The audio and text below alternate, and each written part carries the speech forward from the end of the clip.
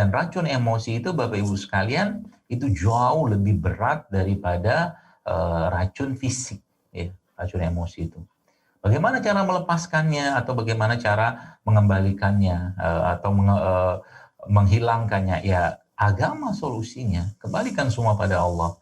Sibukkan diri dengan hal-hal yang baik, sibukkan dengan hal ketaatan, sibukkan dengan ibadah-ibadah, baca Quran, zikir, sodako, seperti itu yang diajarkan Nabi kita SAW. Dan minta kepada Allah untuk apa? Untuk jangan perasaan itu tergantung pada sesuatu gitu loh. Dikasih tahu jilbabnya bagus banget, bajunya bagus banget, akhirnya dia mulai merasa tersanjung gitu kan. Tapi ketika ada orang ngomongin sedikit, akhirnya dia malah justru merasa tersinggung lah, merasa apa segala macam. Kenapa harus meletakkan, kalau bahasa saya itu, kenapa harus meletakkan atau menyerahkan remote kehidupan atau remote perasaan itu tanda kutip kepada orang lain? Ya, makanya disarankan ya Nabi SAW disebutkan oleh Aisyah menyebutkan dalam sebuah hadis ya radhiyallahu anha, beliau mengatakan bahwa Nabi SAW itu paling sering membaca doa ya muqallibal qulub sabit qalbi ala dinik atau ya musarrifal qulub sarif qulubana ala ta'atik. Kembalikan semua pada Allah. Toh ngurus perasaan aja kita nggak bisa ya. Maka ya balikin sama Allah aja. Ya Allah, perasaanku milikmu, diriku milikmu, jiwaku milikmu, ragaku milikmu, semua milikmu ya Allah. Ya, kita cuma numpang saja kayak begini. Jadi tenang hidup tuh gitu. Nah, ini poin pentingnya. Ya. Nah, lalu yang kedua Bapak sekarang berkaitan dengan kewanitaan ya. Jadi kata dasar atau kata kunci dari penyakit sebenarnya dalam konsep kesehatan Islam adalah keseimbangan ya. Kalau dia nggak seimbang, maka pasti akan muncul masalah. Contoh begini. Kalau kita bicara tentang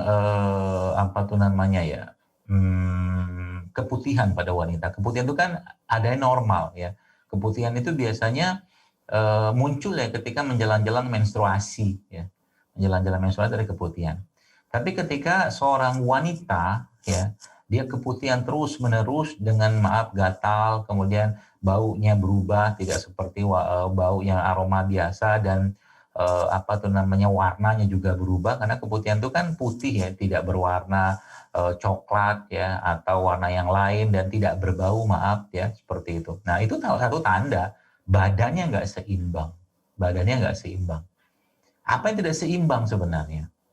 Jadi Bapak Ibu sekalian, nanti baru kita bicara herbal. Jadi kalau poin penting ini tidak kita pahami, herbal pun tidak akan banyak bermanfaat. Ya. Jadi tadi saya katakan bahwa apa yang tidak seimbang dalam dirinya, ya, apa yang tidak seimbang, maka yang tidak seimbang tadi jiwanya, perasaan, emosinya. Udah menangis aja lah salah satu caranya, nangis untuk Allah, ya, taqarrub ila Allah, mendekatkan diri pada Allah, ya, dan itu kalau terjaga bagus dia. Ya, tapi kalau dia tidak terjaga, kalau mungkin bahasa kita tuh stres apa segala macam, maka dia akan terpengaruh ya. Yang paling dominan atau tidak seimbang itu justru malah pencernaannya atau perutnya. Dan sayangnya kabar baiknya dan kabar buruknya itu adalah pencernaan itu tempat bersemayam berbagai macam atau mungkin tempat bakteri tubuh manusia yang kita kenal sebagai mikrobiom. Ya. Artinya kalau dibilang berarti keseimbangan mereka itu bisa terganggu gara-gara perasaan seseorang. Nah, artinya apa? Jadi kalau kita bicara tentang manajemen hati ya, atau mungkin kita pernah membaca Tazkiyatun Nafs ya, atau mungkin buku-buku tentang manajemen kolbu yang dikarang oleh ulama-ulama zaman dahulu ya, itu Masya Allah, itu ada banyak sekali seperti kitab Ad-Da'a wa Ad-Dawa ya, Ibnu Qayyim al-Jauziyah rahimahullah, salah satunya itu. Nah, Ibu sekalian, maka itu diperbaiki dulu gitu kan.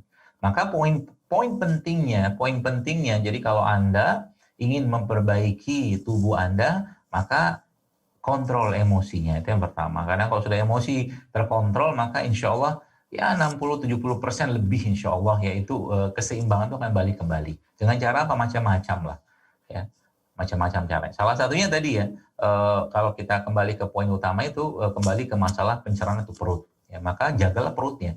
Dengan cara apa? Banyak caranya. Ya. Anda harus memanage perut tadi. Maka salah satu cara menjaga perut ya dengan baik adalah dengan cara mengurangi makan ya, atau berpuasa katakanlah kita dalam Islam. Ya. Itu salah satu cara yang paling mudah ya. Maka dalam Al-Quran kita lihat bahwa ternyata istri ya atau wanita dalam Al-Quran itu digambarkan ya, kalau kita baca dalam Al-Quran bahwa istri-istri kalian adalah ladang tempat kalian bercocok tanam ya. Maka ladang itu kan tanah. Jadi salah satu cara yang paling mudah mengembalikan keseimbangan jiwa kita dengan cara berpuasa. Itu urutannya. Ya, urutannya di situ. Kalau puasa sudah dikerjakan ya, kalau puasa dikerjakan ya baik puasa wajib atau puasa sunnah, nah baru kita masuk nanti ke itu selanjutnya ya, apa tuh namanya pemahaman selanjutnya atau mungkin konsep selanjutnya. Jadi puasa itu salah satu cara yang paling baik untuk mengembalikan keseimbangan tubuh seorang wanita. Maka perbanyaklah berpuasa ya. Kalau puasa sunnah maka Anda harus minta izin pada suami kalau suami tidak puasa. Ya, karena melayani suami misalkan maaf suaminya minta kumpul ya atau mungkin minta ya kumpul lah ya hubungan suami istri misalkan terus sang istri misalkan sedang puasa ya dia harus batalin. Itu jauh lebih baik untuk membatalkan ya daripada dia berpuasa. Itu pesan yang pertama. Jadi mengembalikan keseimbangan emosi itu dengan berpuasa. Itu yang pertama, dan mengembalikan keseimbangan mikrobiom atau bakteri tadi dengan berpuasa. Seperti itu salah satu caranya.